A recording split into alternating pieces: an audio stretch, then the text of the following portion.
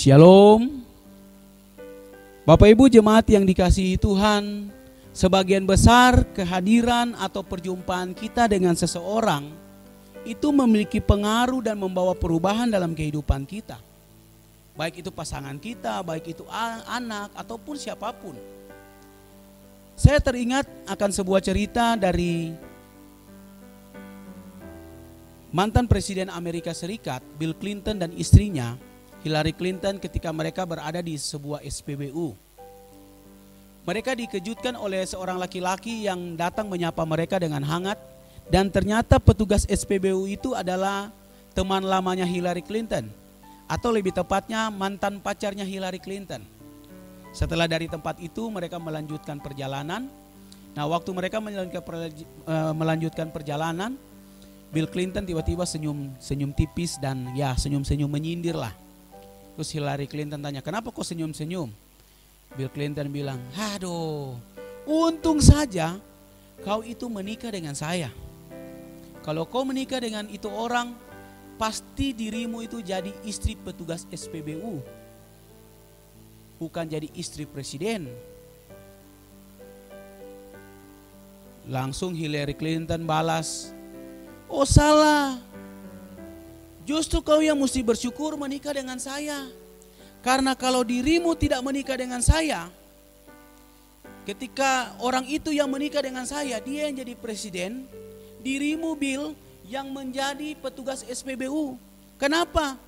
Karena ketika kau pacaran dengan saya, itu perubahan terjadi. Kau dulu malas belajar, jadi rajin belajar. Kau akhirnya jadi berprestasi. Dan akhirnya karena motivasi yang selalu saya berikan, saya selalu dorong, dirimu bisa sukses dan bisa menjadi seorang presiden Amerika Serikat. Dari cerita ini ingin memberitahukan bahwa keberadaan seseorang itu bisa memberikan pengaruh, baik itu pengaruh positif maupun pengaruh yang negatif. Dan dalam hal ini tentunya memberikan pengaruh yang positif. Dalam pembacaan ini juga demikian. Ketika dua murid Tuhan Yesus yang salah satunya disebut namanya Kleopas, ketika mereka bertemu dengan Tuhan Yesus, ada perubahan, ada pengaruh dan ada dampak yang mereka alami. Paling tidak ada dua dampak perjumpaan pribadi dengan Tuhan Yesus yang dapat saya lihat dalam teks ini. Yang itu bisa kita aplikasikan, yang bisa kita terapkan dalam kehidupan konteks kita saat ini. Yang pertama, perjumpaan dan kehadiran Kristus membuka mata dan mengenal Tuhan. Yang kedua, perjumpaan dan kehadiran Kristus membangkitkan mereka atau membangkitkan kita dari keterpurukan. Dalam ayat 31 dikatakan, ketika itu terbukalah mata mereka dan mereka mengenal Dia, tetapi Ia lenyap dari tengah-tengah mereka. Sebelum ayat 31 ini, dua orang murid ini tidak mengenal Tuhan Yesus. Ini bukan kali pertama yang dicatat oleh Alkitab bahwa murid-murid Tuhan Yesus itu tidak mengenal Tuhan Yesus. Dalam Yohanes pasal 20 ayat 14 itu dikatakan, sesudah berkata demikian ia menoleh ke belakang dan melihat Yesus berdiri di situ. Tetapi ia tidak tahu bahwa itu adalah Yesus. Maria yang dekat dengan Yesus pun tidak tahu. Bahkan Maria menyangka bahwa Yesus itu adalah penjaga taman. Namun ketika Tuhan Yesus berbicara lebih lanjut, baru dia bisa mengenal Tuhan. Dalam Yohanes pasal 21 pun juga demikian. Ketika hari mulai siang, Yesus berdiri di tepi pantai. Akan tetapi murid-murid itu tidak tahu bahwa itu adalah Yesus. Walaupun mereka sudah melihat dan mendengar perkataan Yesus, mereka tidak mengenal Yesus. Sampai nanti Yohanes dia melihat, dia mendengar, oh itu Tuhan Yesus. Baru semua tiba-tiba datang kepada Tuhan Yesus. Di sini kita dapat belajar satu hal yang penting, bahwa seseorang dapat mengenal Tuhan, seseorang dapat bisa percaya kepada Tuhan, itu semata-mata karena pekerjaan Tuhan. Dalam iman Kristen inilah yang namanya kasih karunia Tuhan. Dalam Matius pasal 16 ayat 17, kata Yesus kepadanya, berbahagialah engkau Simon bin Yunus, sebab bukan manusia yang menyatakannya itu kepadamu, melainkan Bapa-Ku di surga. Pengakuan Simon Petrus bahwa Yesus adalah Mesias itu pun karena pekerjaan Tuhan. Dalam 1 Korintus pasal 12 ayat 3 dikatakan bahwa tidak ada seorang yang dapat mengaku Yesus adalah Tuhan selain oleh Roh Kudus. Dalam Efesus 2 ayat 8, sebab karena kasih karunia kamu diselamatkan oleh iman, itu bukan hasil usahamu, tetapi pemberian Allah.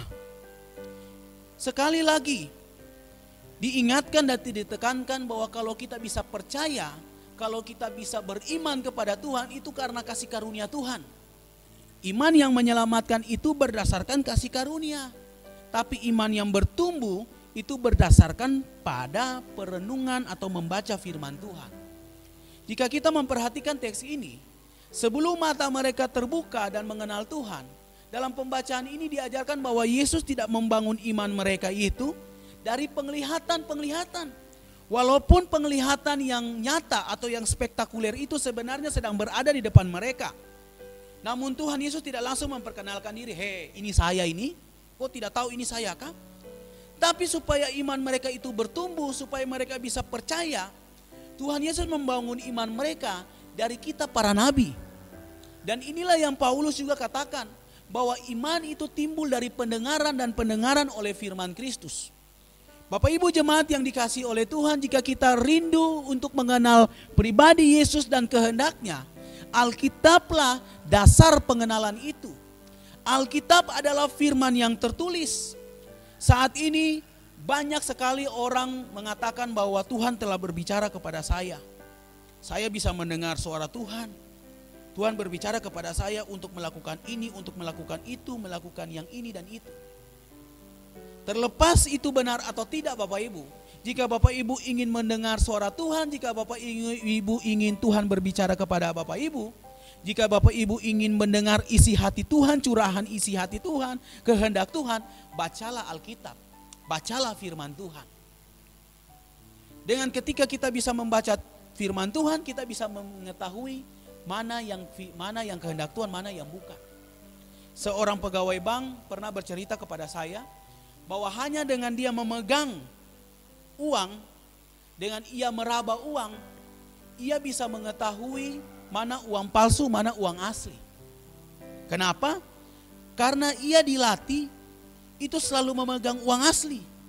Ketika ia selalu memegang uang asli, ketika ada uang palsu datang, hanya dengan meraba, hanya dengan memegang, dia bisa tahu, oh ini uang palsu. Begitu juga dengan kita.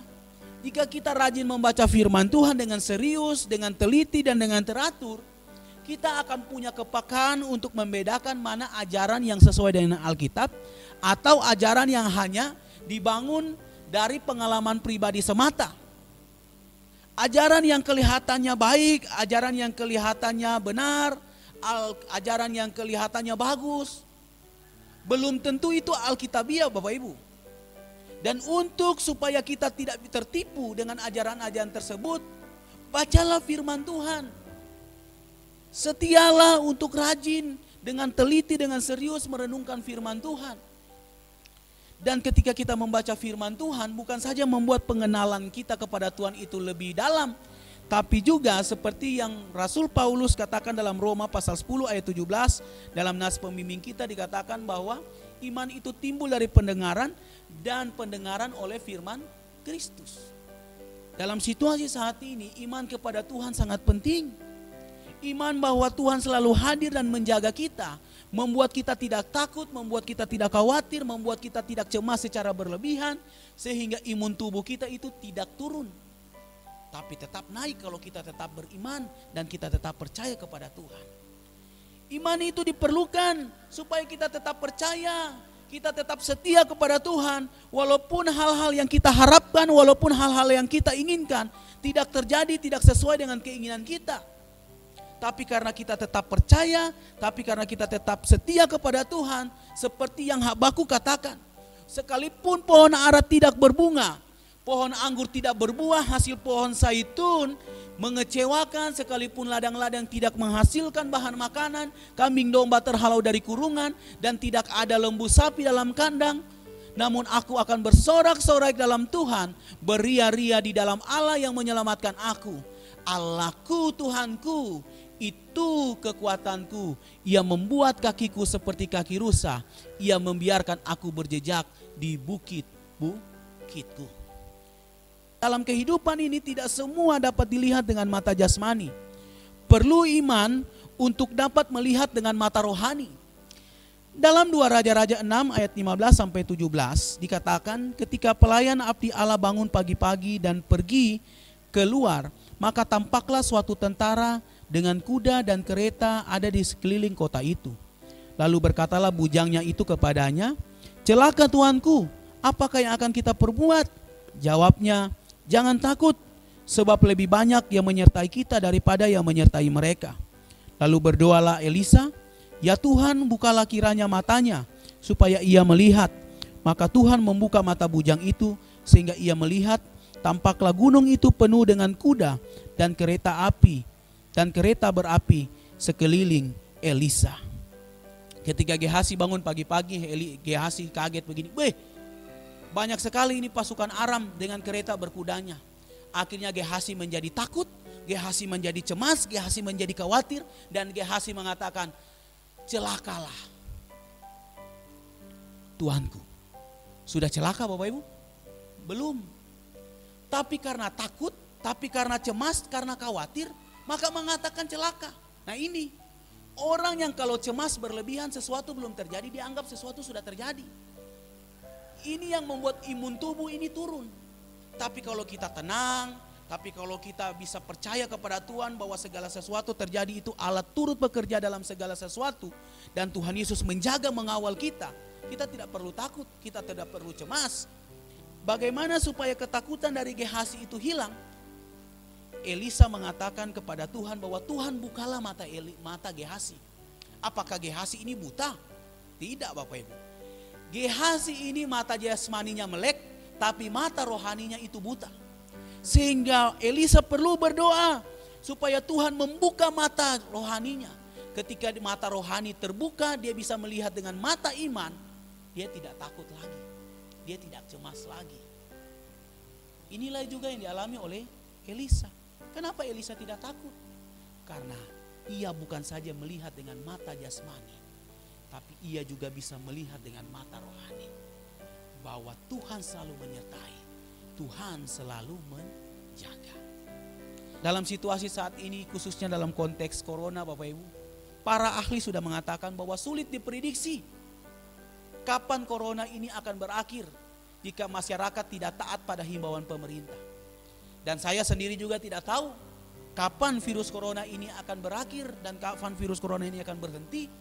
Tapi yang saya tahu, hidup kita itu ada dalam penyertaan Tuhan.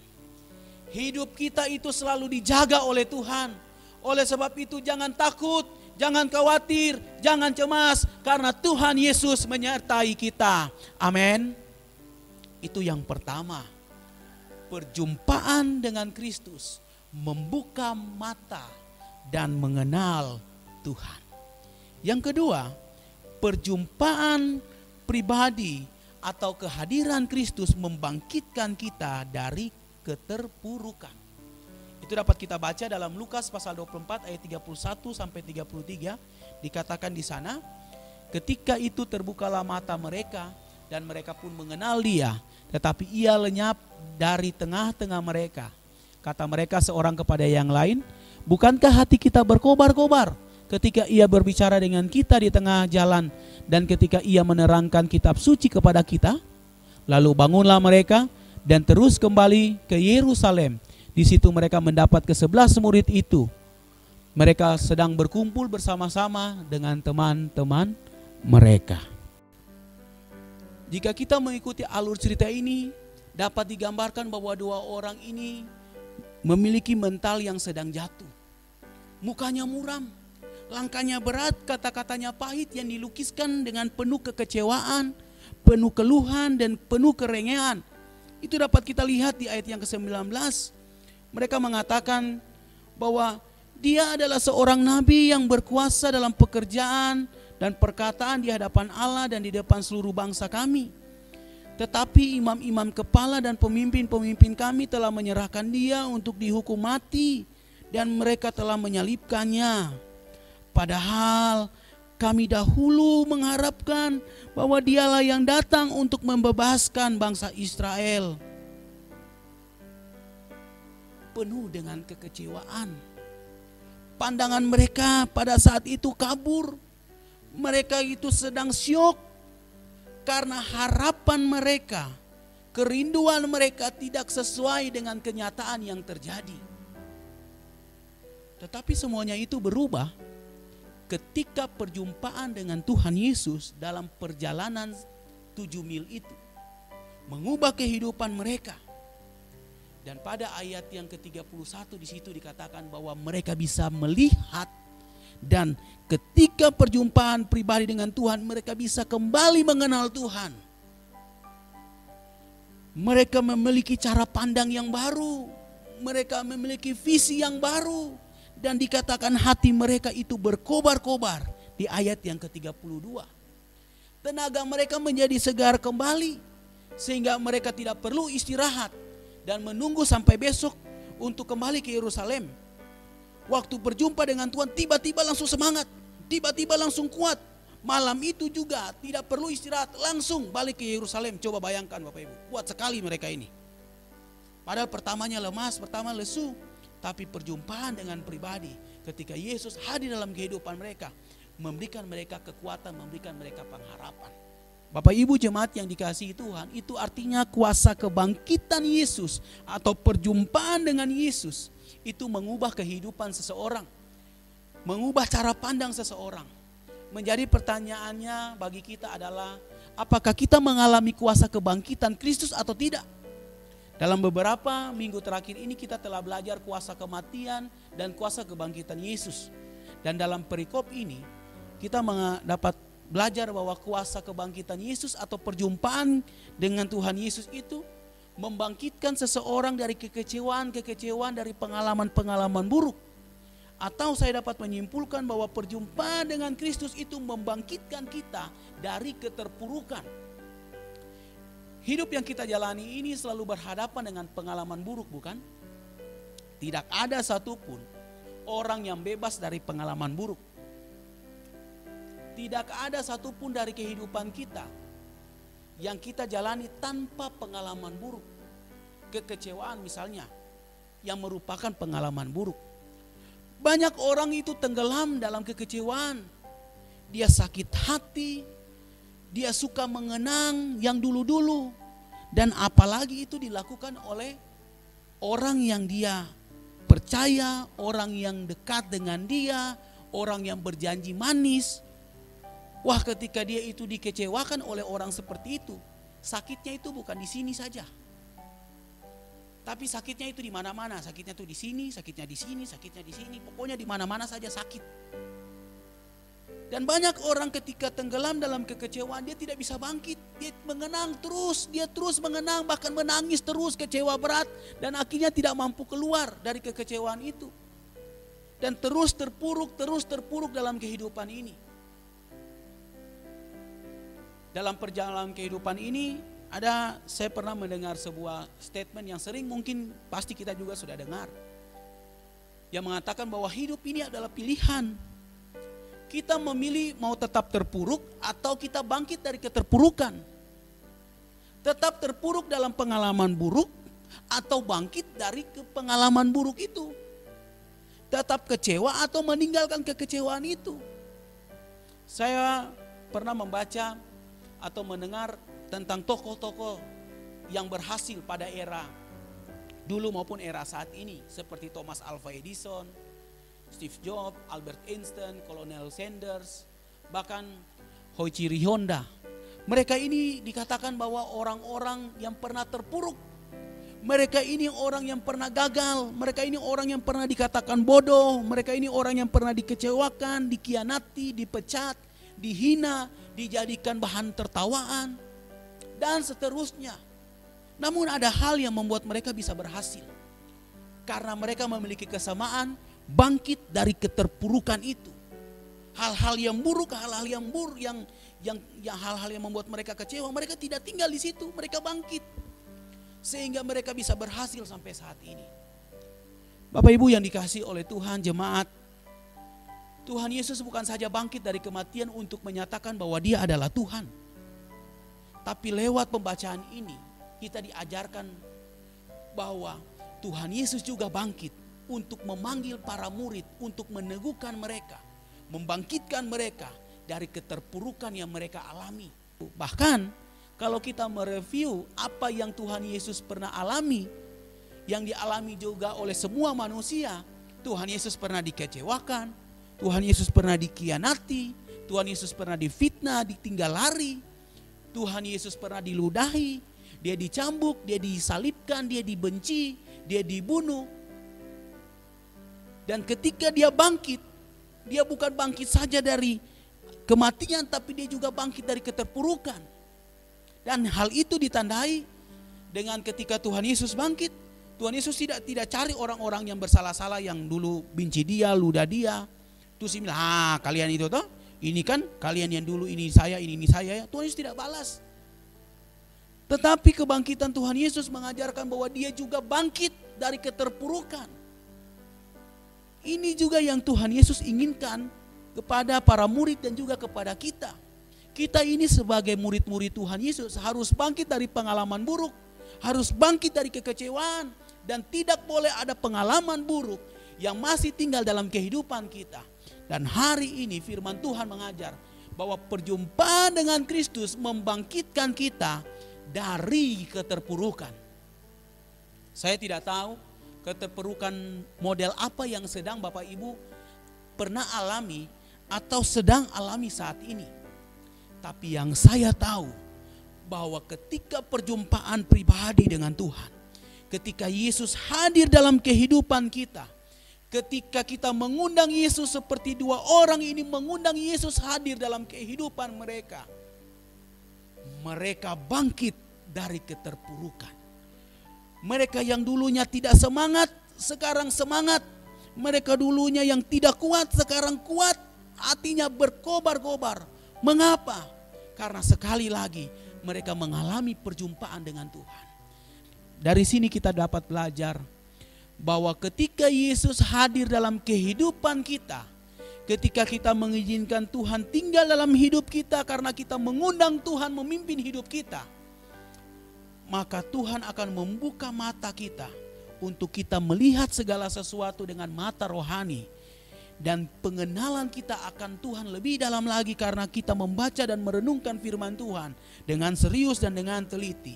Dan yang terakhir, ketika kita mengizinkan Tuhan hadir dalam kehidupan kita dan memimpin kehidupan kita, apapun keterpurukan kita saat ini, kita mampu untuk bangkit dari keterpurukan itu. Percayakah Bapak Ibu bahwa ketika Bapak Ibu meminta Yesus untuk memimpin, membuka hati kita saat ini, Tuhan mampu memulihkan kita? Percayakah Bapak Ibu? Amin. Mari kita berdoa.